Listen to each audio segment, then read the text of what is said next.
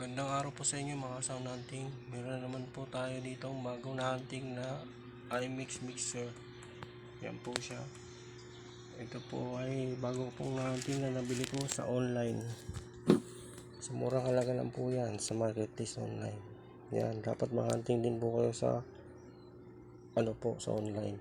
Nakuha ko lang po siya sa murang halaga lang po. Yan po. 4 channel na iMix. May with the USB na po siya. Ayan po, maganda po siyang gamitin, lalo na po sa mic.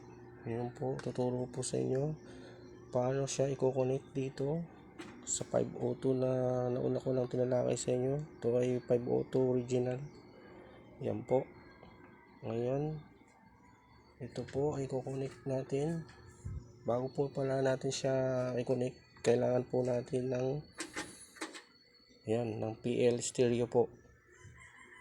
Dalawang ganyan po kasi kailangan po yan i-connect dito sa left and right. Ayan po. Ito po yung nabili ko po sa Raon or sa mga electronics po sa halagang 15 to 20 pesos po yan. Ngayon po ikakabit po natin siya dyan. Ayan. Ayan po ang right channel. Ito po ang left channel. Ayan po. Kailangan po natin dyan. Ito pong RCA. Kailangan po dalawa po. Ito po kasi ay gagamitin natin papuntang amplifier out. Yan po yung ating source. Ito pong DVD. Kukulik po natin siya dito.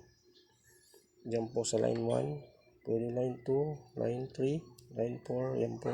Kahit alin po dyan mamimili kayo. Pero po, bago siya gamitin, meron po dapat din kayong ganito.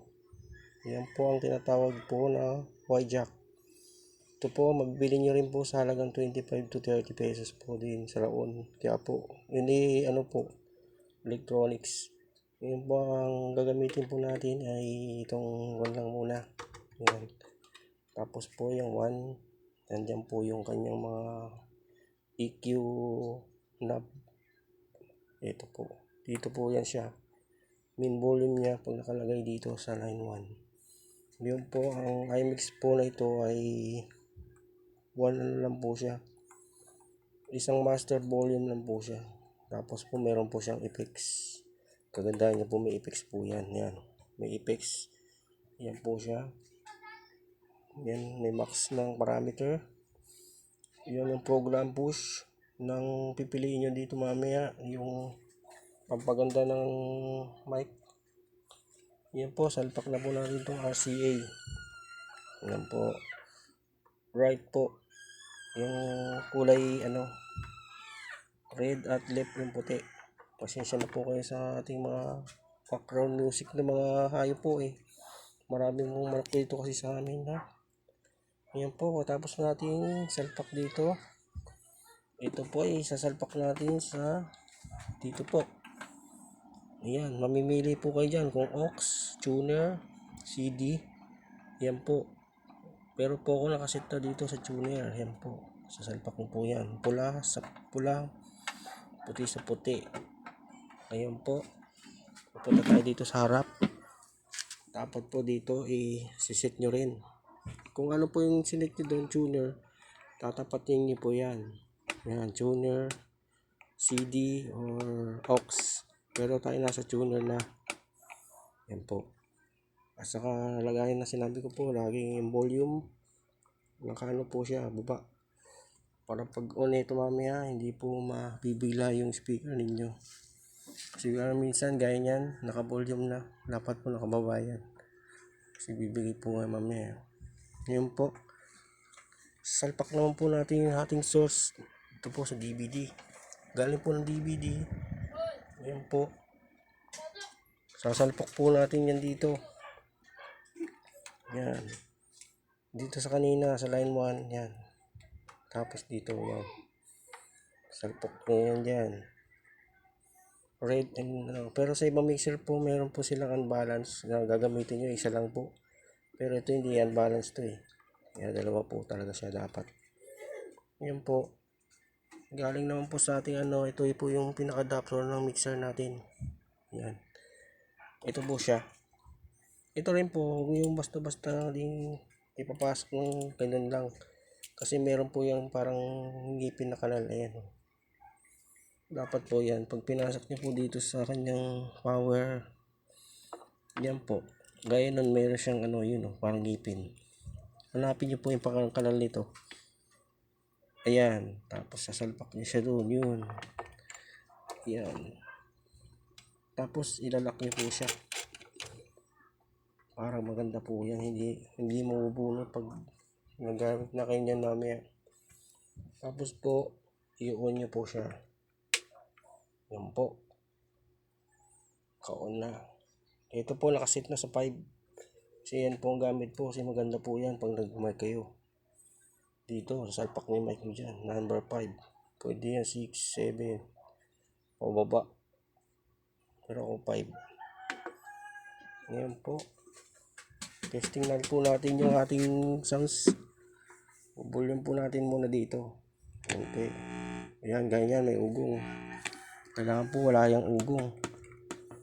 Ibig sabihin po, ayan po dyan. Ayan. Ayan po. Ayan po. Tapos po ang gamit kong speaker, yan po ay monitoring na Daiichi po na 250 watts po. Ayan po. Naiuna natin tong amplifier na 502. Ginitna ko lang po siya. Pero dito naman po, controlling nyo dito. Yan, may Bluetooth nga po pala itong iMix po ha. Pipindutin niya po yan, Bluetooth. Yan po, tapos yan, i-on nyo rin yung Bluetooth ng inyong cellphone. Ito po ang pinaka-volume yan.